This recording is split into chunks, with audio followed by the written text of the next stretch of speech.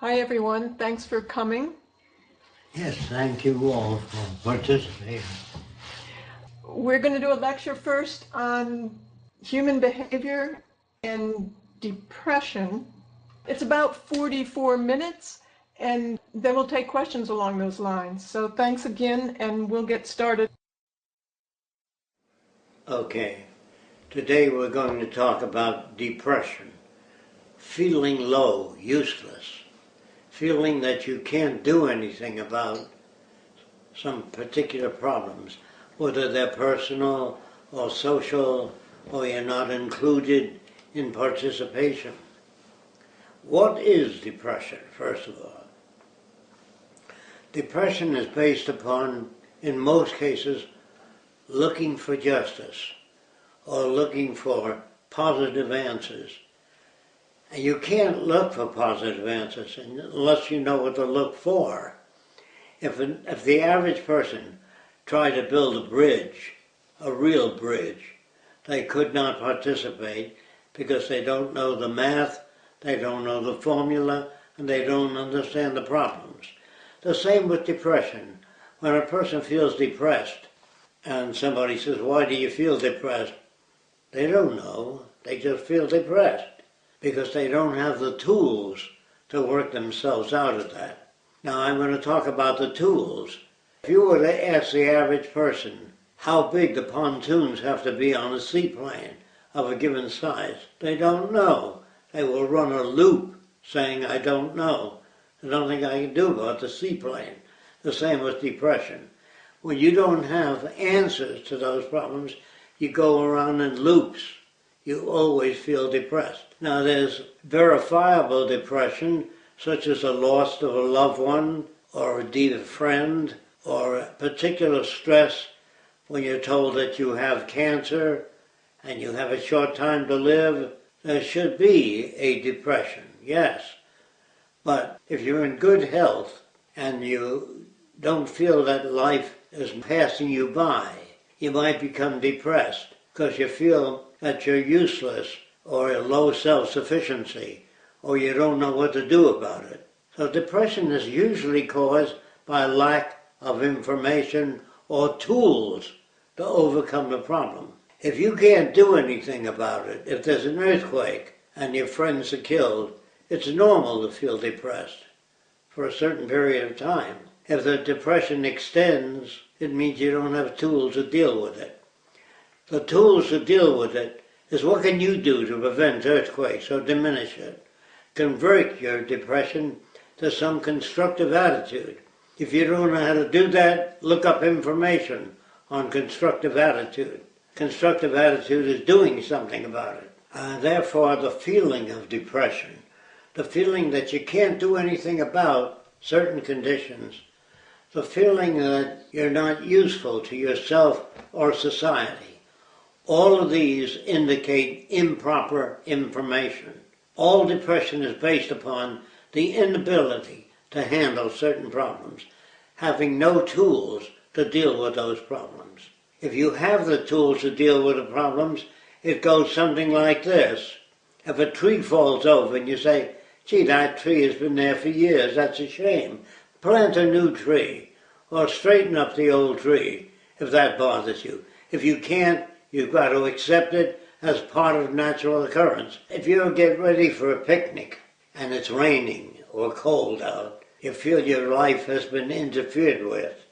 That's your own projection. Whatever happens is real. What you think should have happened is what depresses you. So it's your expectations that depress you.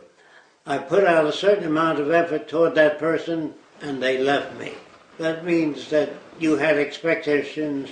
So what depresses you is your own limited information, your own sense of projection, your own sense of values. When I say your own sense, I mean the values that you pick up in your society. So really, what is missing? The same thing that's missing when people ask you to design safe automobiles. No matter how much you think about it, you don't know enough about it to provide safety devices. You don't know how to put proximity devices on cars. You don't know anything about it. So therefore, you go around in loops. Oh my God, it's been a terrible accident. I wish I could have been there. I wish I could do something about it. Those words do not solve problems. What solves a problem is, do I know enough about the subject to ease out of it? The answer is no.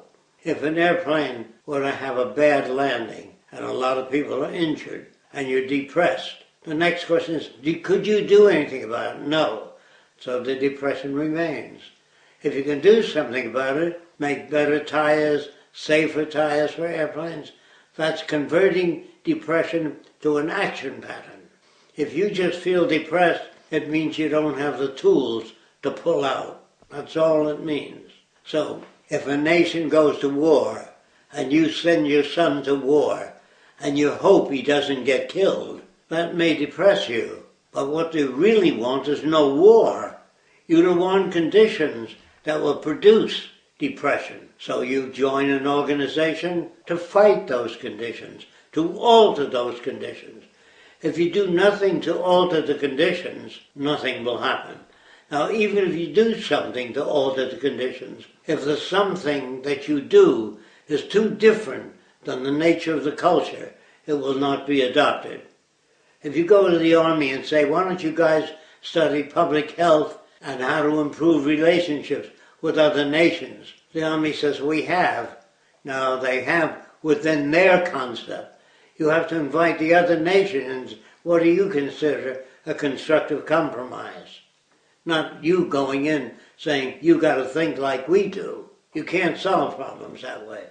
You can't walk into another country and say, take down the Pope, take down Catholicism. They're not about to do that. That's a request that's unattainable.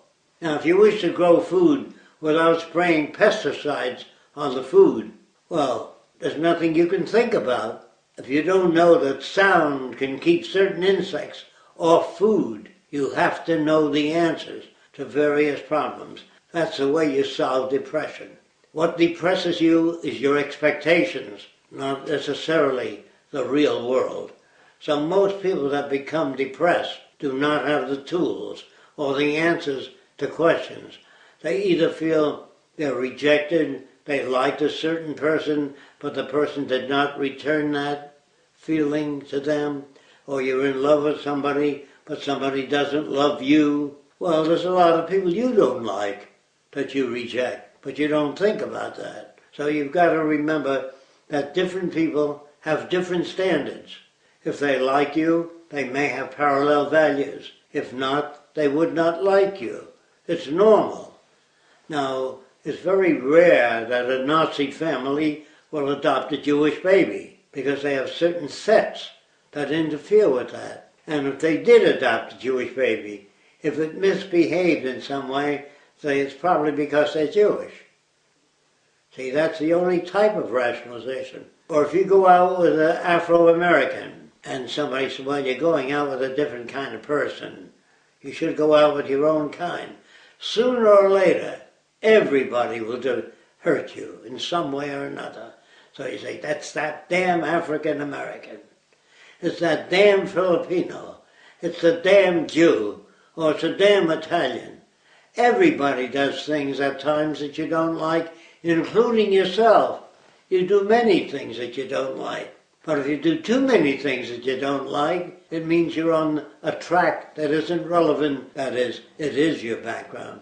You have no way of thinking your way out of it.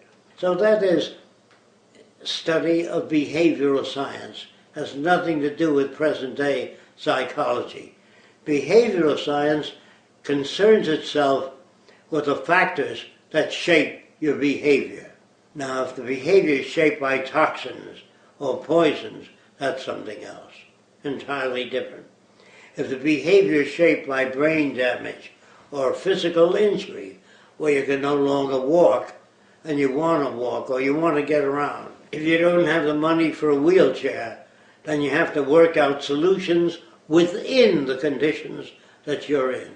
Either you don't get around with a wheelchair, or you get books, or have somebody get books for you that you might be interested in, or you work on activities within your range. Or If you're living with pain that's so severe, you may want to end your life. That is not unreasonable if you can't get medical care. And a lot of people do. They get into so much trouble in their lives due to the value system they have, which they picked up from their culture. Their value system does not offer solutions to their problems, so life becomes painful. And they decide to take their life because living is too painful. That's because they don't have alternatives to turn to. The more alternatives you have, the lower the probability of depression. So depression is not a psychological condition. Manic, sometimes they feel high, very high, sometimes they feel very low. What psychology does and psychiatry is invent a label for you that does not describe the condition. When you call a person schizophrenic, are they schizophrenic because people in their neighborhood threaten them? If you live in an Italian neighborhood and you're not Italian, the most Italians will boycott you, or that is if they're brought up that way. They won't behave pleasantly toward you, and so you feel that everybody's against you. They are in your neighborhood. Sometimes it's real. Everybody was against every new idea, the liberation of women, the freedom of the slaves. There was always somebody against it. But if you're a minority and you advocate a program that's not possible within the limits of that society, then you have to accept that that society is too far backward to understand that change. Or if you go in with great enthusiasm and great belief and they still don't understand, you might say, well, what's the matter with those people? Nothing's the matter with those people. They've been indoctrinated for years against Filipinos, or against Afro-Americans, or against Swedes, or Jews, or Polacks. The society you live in gives you a set of values that's somewhat appropriate for the success of some members of that society. Has nothing to do with your own life. So they program you to fit within that society. But if you really don't fit within that society, you may get depressed because you don't know who you are, or what you stand for, or what kind of contributions to make to society. You feel you're a failure. All failures are people that have inappropriate information. Now you'll have to ask questions like, what is appropriate information? Information essential to the conditions you live under that will help you out of those conditions. Such as, if you plant a group of flowers and they freeze, you like flowers, now you're hurt because you lost the flowers. But there is a possibility of covering those flowers so they are not subject to the freeze. But if you don't have the tools to do that, you will encounter problem after problem, all problems except physical diseases, which you can get, which can torture you, torment you. That's the reason that people take their lives. They have no way out of that. They don't know how to control that, and if doctors don't know how to control that, the decisions you make are best based on what you know and how much pain you feel. If we can devise a system which is called chemotherapy, chemotherapy is using drugs to make a person feel good. That is not based on a value system. When the drugs wear out, you feel depressed again. So you have to take the drugs. Rather than drugs, what you really need is a process level for understanding what it is that depresses you and what tools you lack. So you have to seek out the tools, the methods of solving those problems, not taking drugs as an antidepressant. You can make a person feel relaxed, but until the chemical wears out, because there's not a change in the values. People that use such systems are really doing inappropriate research unless you use that system temporarily until the person becomes better informed. Unless psychology alters your values and points out other ways of living which are not inherent in your social system, then you become aberrated to other people. You appear very different. You don't fit in. If you learn a new way of thinking or a different way of thinking, well, let's say you're a peacenik, one that advocates peace in a nation at war. The nation thinks you're subversive. you're hurting the war effort, and you feel depressed. Only if you know what you're saying is true, you feel sorry for the other people that use force. Instead of feeling depressed, you feel sorry for the people that kill soldiers. Do you understand? You only feel depressed when you're not sure of your beliefs or your acceptance. If you believe you can build a flying machine and everybody says you're nuts and you feel depressed about that, it means you're not sure of your own convictions. If you know you can build a flying machine, you don't depend on what people say.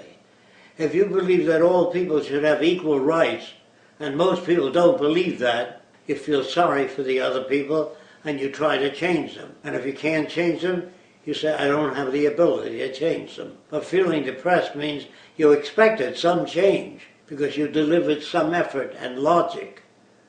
You only get from other people what you get from them, not what you hope to get. Do you understand that? So feeling disappointed in people must be disappointment in your own expectations, not the other people. They're consistent with their background. We're going to talk about behavioral sciences and many different action patterns that people have. But this is the basis that I'm giving you.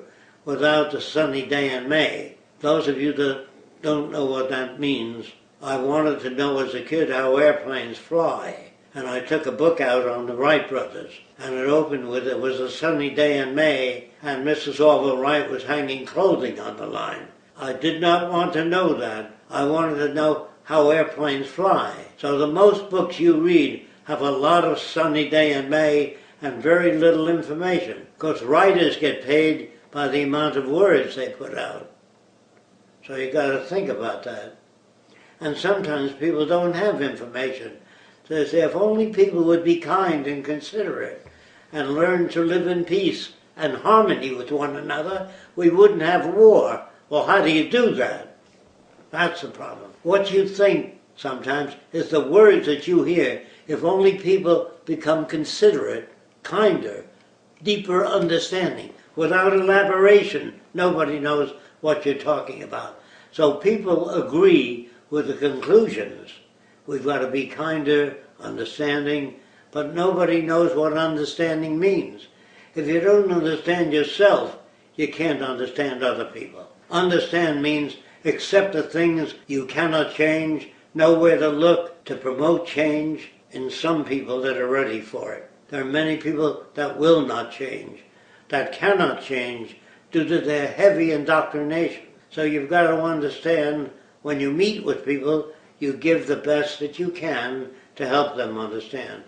If they fail, it may mean that your delivery was not relevant to their values, or that they've been too heavily indoctrinated to accept what you say. You don't know that, so you don't come at it with, I'm sure I can get you to understand me. You can't be that sure unless you know everything about them, and very few people know everything about anybody else. People will revert back to their way of thinking because they have no other tools. When you come at them, you're giving them new tools which they may not fully understand. If they fully understand what you're talking about, they will begin to practice saying, I don't know, but I'm going to try. And when you try and it doesn't work, you become discouraged. Remember, whenever you try anything, art, painting, sculpture, if it doesn't work, you become discouraged, rather than knowing that the instructor was unable to get the information to you, or you don't have enough background to make that leap, or that you don't have enough understanding to move in that direction. Even though you wish to become a flyer, and you get in an airplane, and you can't keep that airplane straight, and the pilot says you'll never be a flyer. You have no good sense of balance. He is not imparting information to you. He's imparting the results of your inability to fly. But information is checking with the horizon line and closing your eyes and to tell the person when the chair is tilted to the left or right, practice. And then you can pretty much say, I feel too much pressure in the right part of the buttocks or the left part of the buttocks. That's what the guy does that knows how to fly. He may not know how to transfer that to you. He says, you just don't make a good pilot. You don't have the ability. Those are no information words. It's the feeling you get when a plane's flying at an angle. You feel different pressures. You don't pay attention to those. You pay attention to, I can't keep this airplane straight. People don't know how to transfer information. Now, even if you're not sensitive to that, you can be put in a dummy cockpit and tilted and learn to say, I think I'm nearly upright because the pressure's even on the right and left side of my body on the chair. You can be made aware of things you're not aware of, assuming the person doesn't have paralysis of the nervous system. Of course, you use your eyes, but you also use other systems. If you blindfold a person and have them walk on a crooked surface, they have problems. If I took two prisms and put them in front of your eyes and rocked them uniformly with a rhythm, you would wobble up and back. If I tilt the horizon, you would go to the left, then you go to the right.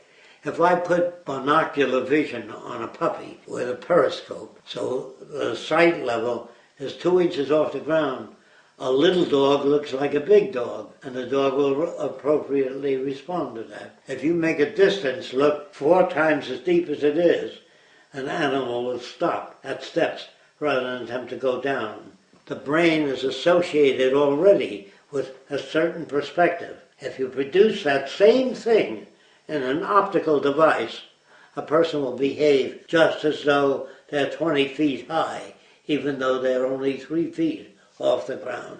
They have to react to that. That's based on experience and associative memory. If you fill a person's brain and you tell them that the Greeks are responsible for all the world's problems today, if you do that over and over again, that's what propaganda is.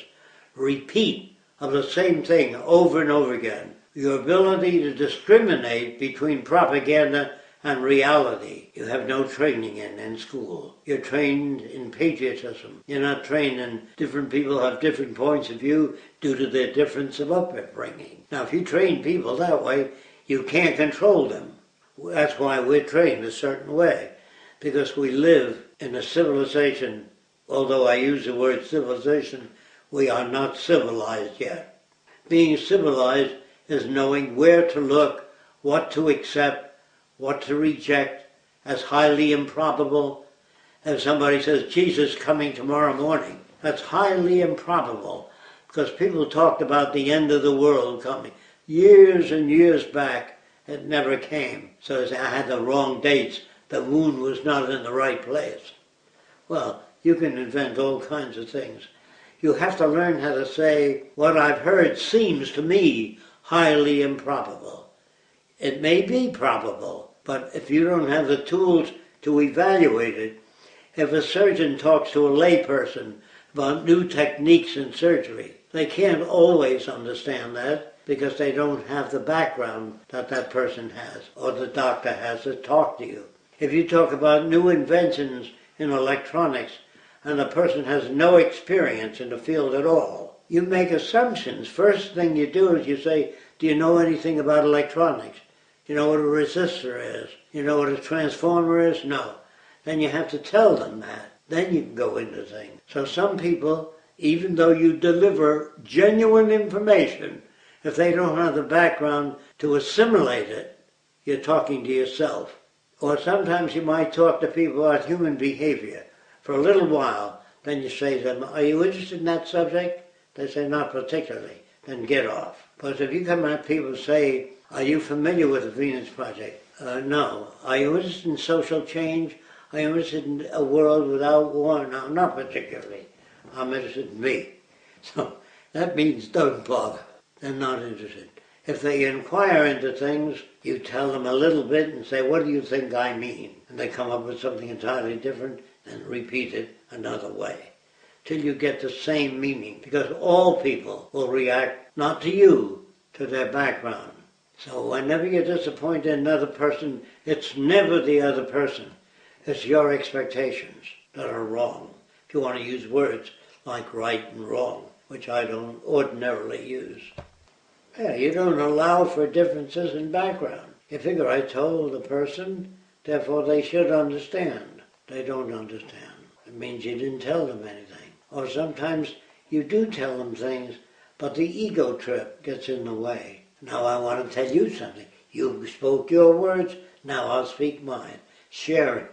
You know, a lot of people believe in equal participation, although they may not have the qualifications for equal participation. Or they don't understand your use of language. I don't say that psychologists and psychiatrists don't arrive at some truths, some actual things they do, but they don't have a clear picture of what it is that shapes behavior. They say when life hits you like that, you hit it back. You take hold of yourself. You ever hear that? Take hold. Use your head. Think. You can't. If the guy says, my landing gear doesn't come down, ask a psychiatrist, what do you suggest you do to make the landing gear come down? So I don't know anything about airplanes. Well, you don't know anything about behavior either. If you just say, when life hits you like that, you hit it back. That sounds good, makes you feel confident, but it doesn't work. You can't hit life back. You can understand it, or you can understand where a person's coming from. But psychiatry is, why do you hate your mother? You know, or you have a compulsion neurosis. What's that? What's a compulsion neurosis? There's no such thing as a compulsion neurosis. Or the person is inattentive. It means that what you have to say doesn't get to them at all, so they wander while you're talking. But if you tell them, how would you like a bag of candy? Most kids would be very attentive. Or would you like an ice cream cone? Yes. Would you like to spend a day in prison? Well, that's not interesting. So unattentive people are usually not interested in your subject, or they're brought up not to be interested in your subject, or they have a value system that clashes with their outlook. So all of us are inattentive. If you took an intelligent person, a doctor, and you began to talk about how pickles are determined ripe in a pickle factory, they may not be interested in that, so they pay less attention to it. If you say there's some 3 new great developments in medicine, they lean forward because they're doctors. But if they're shoemakers, they don't lean forward. But if you say a new way to put shoes together faster, and a new glue that holds leather together, they may lean forward. So everybody is inattentive to some subjects. Otherwise, everybody would be a generalist. You understand? But if you say the trouble with you is you're inattentive, that does not inform anybody about anything. It just informs them about your rejection of their behavior. And without giving them anything, you leave them in midair. Or the trouble with you, my wife, is you don't always cook the things I like. Well, apparently you haven't made it clear, or she doesn't give a damn. And that's something for you to decide. So everybody is inattentive to certain subjects. If I give you a big fat book on women's garments, there's not a thing in there that a certain person would read. If he's a bricklayer, he doesn't give a damn about those things. So the trouble with him is he's inattentive. Everybody is inattentive to some area. You go to the gun club, go to a gun club and talk about hydrodynamics, the pumping of fluids. They'll fall asleep. Talk about guns, they all wake up because they have mono interest or limited interest. And then you say, what the trouble with you is you're not interested in hydrodynamics. Well, that doesn't make them interested in hydrodynamics. People only become interested in something that is relevant to their value system. So you talk to 20 people and nothing happens. Bunch of dummies. No, they're not. They're hooked in a certain value system and your expectations do not fit that circumstance. So when I say we talk at people, when people come here, I try to find out where they're coming from. If they're the women's club and fashion club, I might talk to them about Veblen's work in fashion and how it got to be. Then they would question their own field. You understand? If you teach people, even if they're into fashion, you can alter them by starting with fashion. And if they're architects, you start out with what is a shelter. Well, a shelter is a home that people live in. Well, a shelter is a space suit out in space. That's a shelter. Within it is an atmosphere. You can defecate, you wear diapers in a spacesuit, you can urinate because there's something to catch the urine. So that's a shelter. What is a shelter? When you go underwater, you wear a diving suit. You bring with you your environment under the water because you can't live underwater. So when we have a fixed definition of a shelter, it's a house with a pointy roof. All our notions about anything is part of indoctrination. So when you say, yes, but what about thinking for yourself? You can't do that unless you've lived in other cultures, have read different kinds of books, have been exposed to sociology, anthropology, and understand that different people have different reactions to the same thing. The trouble with you is you're inattentive. That doesn't work. Ask them if they're interested in what you talk about. Apparently your mother is not interested in what you talk about. And she can't even hear it because she looks at you as a strange person interested in things that don't count. What really counts? That's very difficult to ask a person whether they're into semantics. Of course they're not. They wouldn't come up with those questions. That's why a lot of people say, it seems to me, which is much better. It seems to me that we're moving in the wrong direction. It doesn't mean that it's moving in. It seems to me is good. Or I believe that. That's all right. I believe that the person misbehaves, but I don't know why. That's rarely do people speak like that. If they don't speak like that, they never use terms like, it seems to me, or I feel it's highly probable. They don't speak that way. So you know who you're dealing with without asking them whether they've ever heard of semantics. I'm sure even if you talk to a semanticist, they have words like either or. You never say either or. But if you're on a precipice, if you take one step backwards, it's either or. There are either or conditions. So when the semanticists try to codify language fit it in their field, they sometimes negate it. Or they'd say, how do you feel about this construct? That's pretty good. You're inviting other people. Oh, you'll never see that due to human nature. Well, what is your meaning when you use the term human nature? Inborn patterns of human behavior. Like what? You say patriotism, is that inborn? Well, no, not that. They might understand that. So you have to show them. It's up to you to take their value system and dissect it and show them that it's not as useful as what have we here. I don't know. Let's check it out. That's a useful observation. The man is evil. There was a man, this is a true story I'm telling you. This guy used to get up every morning and the neighbor walked down the street. He used to say good morning and the neighbor never answered him. And he was a little disappointed in him. Years later he found out he was deaf. He never heard anything the guy said. This is true. So sometimes a person has their normal set of the face is a frown. Is an old sourpuss. You understand what I mean? That's a normal posture. And the old sourpuss, and everybody agrees. And the guy himself thinks he's an old sourpuss. People project like mad. Now, there's a difference between extrapolating and projecting. When you extrapolate, if you notice in cold weather, some trees begin to wither, and it gets colder, you can extrapolate that it's going to wither more. But projection is assuming things without any basis for that assumption, except everyone has a right to their own opinion. That's not extrapolation. That's a repeat of a slogan. So our society is so wrapped up in irrelevancy, and that is a difficult problem. The more irrelevant the society, the more you have to work to convert them to another system. If that system does not appear useful to them, they will not hear it. So you have to package it so it appears useful to them. How would you like to get along with people and not get into fights? The guy Paul that used to work here, he used to, when somebody would insult him or hurt him, he'd be ready to fight. Now he says, he understands that if he fights, he can wind up in jail, he can injure the other person can injure him, he can be killed. So he doesn't fight, he says, anymore.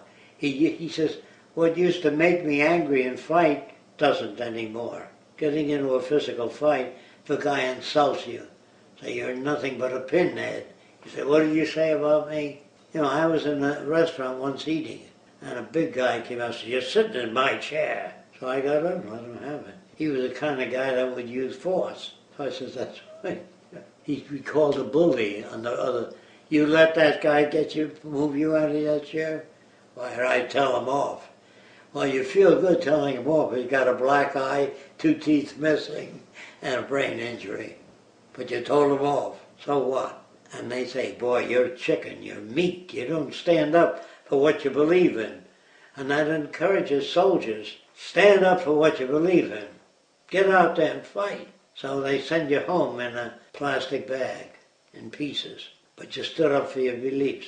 Nobody gives a shit about that. I'm saying in a nutshell that the world doesn't hurt people unless there's an earthquake. But most people are hurt by their expectations of others and the world. The world itself operates a certain way. As an earthquake, you maintain stability, get out of the building so it doesn't fall on you, or you get into a shelter that seems to be strong. That's more appropriate than saying, what the hell's the matter with nature? Or God will take care of me. Some guy fell off a tree with a chainsaw and only cut part of him. Says, Jesus protected me. I could have lost my arm. You can project your own vengeance. Jesus has nothing better to do than to watch billions of people at the same time and protect you. Really simplistic values. They are shockingly painful and dangerous. Through simplistic values, a person may want to kill you because you say you don't believe in Mohammed, and then therefore you don't believe in Allah, and Allah made everything on earth. You are evil. And if a person really believes that, he'll treat you like you're somebody that hurts him. And you are hurting him. So all these different things have to be taken into account. We can't anticipate the background of other people. There's nothing wrong with asking them, what's your favorite books? Whom do you admire? The Pope, whoever they tell you they admire, gives you some tool to work with. But if you just come at people, you're projecting the assumption that the person appears to be full grown, therefore they would understand. People know nothing until you do a survey of what have we here. Answer, I don't know. Then the survey. What are your favorite books? What kind of movies do you like? If you do that first, it's much easier than just coming at them. And you can't talk to people that say, I regret that I only have but 2 sons to give to my country. They both died in action, and I am a war hero from World War I. That person is not asking you, what do you think of an enemy nation? What is an enemy? He's not that person. He's a person that you would say, boy, I sure admire you for giving your 2 sons to the country. You know, that's what he wants to hear. That's part of the grammar of motives. You can't talk to certain people because they're not there to talk. They're there to have their rigid opinions verified. And you got a hell of a lot of people. So you go to American Legion meeting and talk about world unification. You stand much less of a chance than talking to the humanists.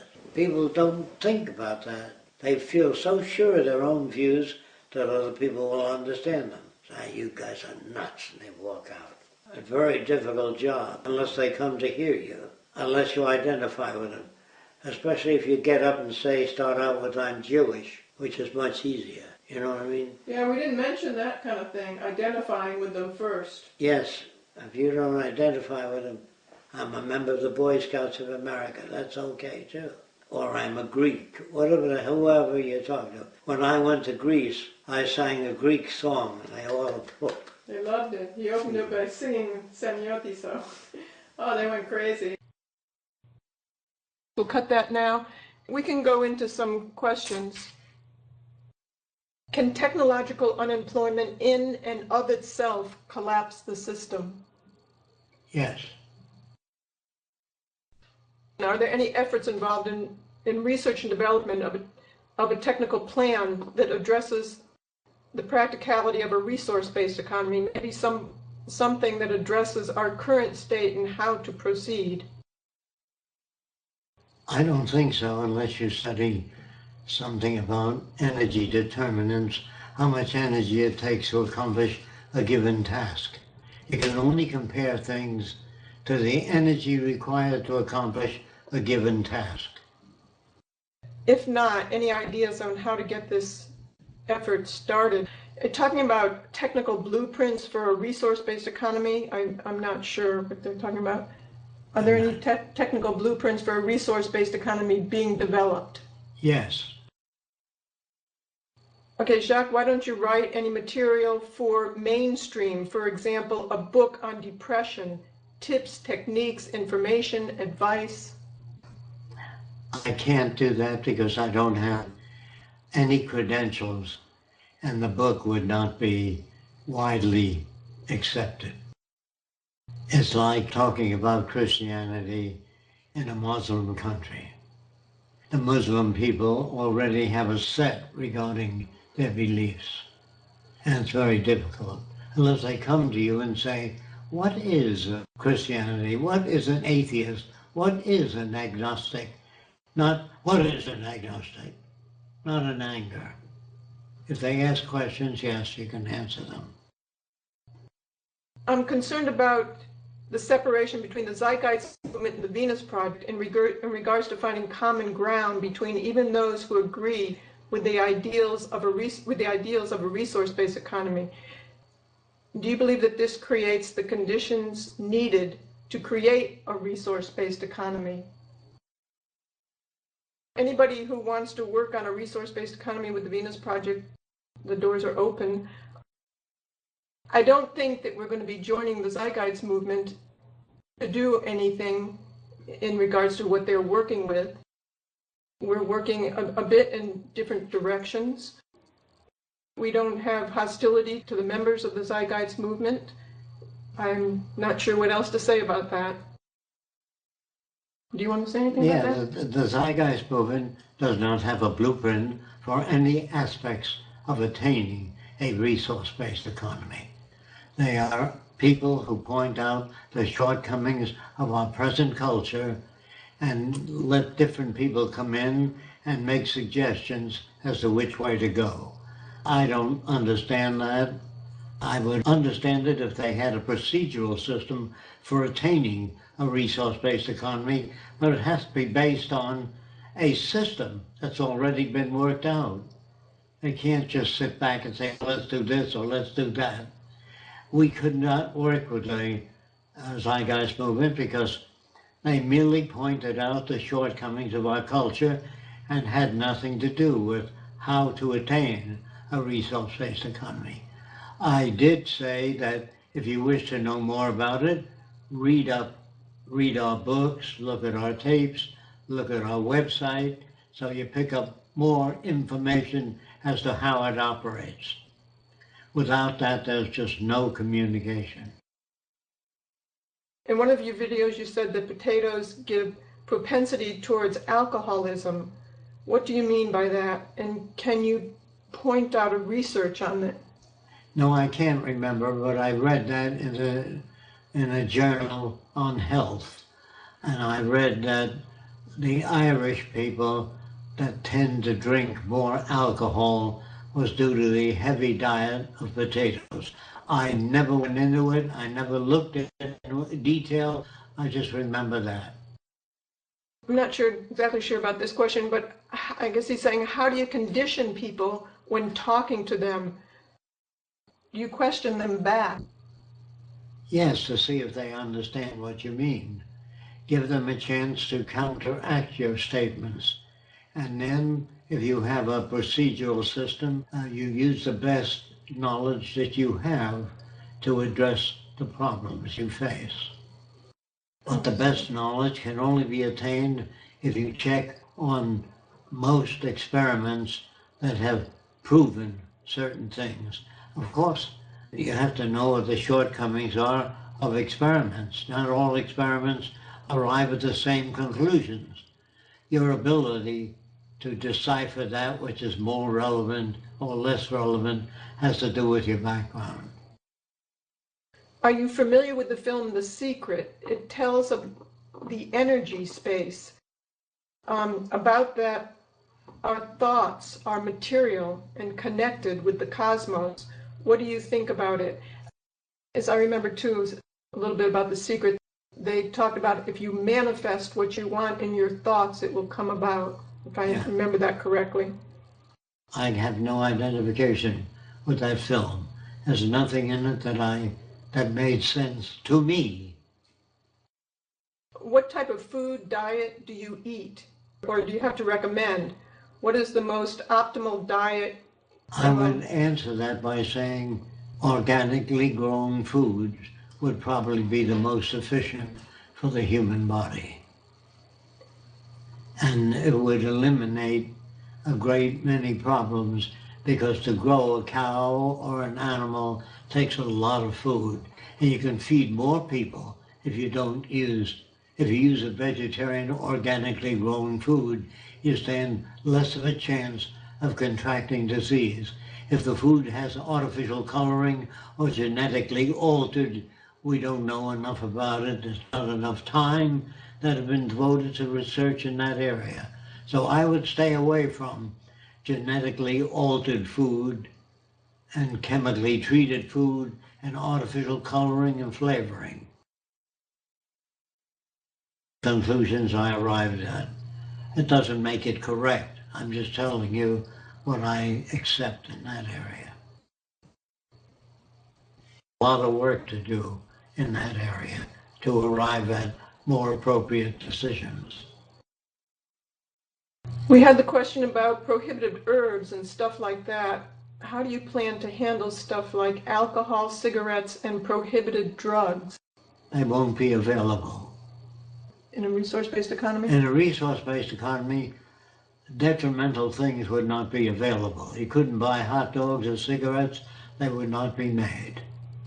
And people that are addicted to that would be treated with the best knowledge we have for treating such addiction.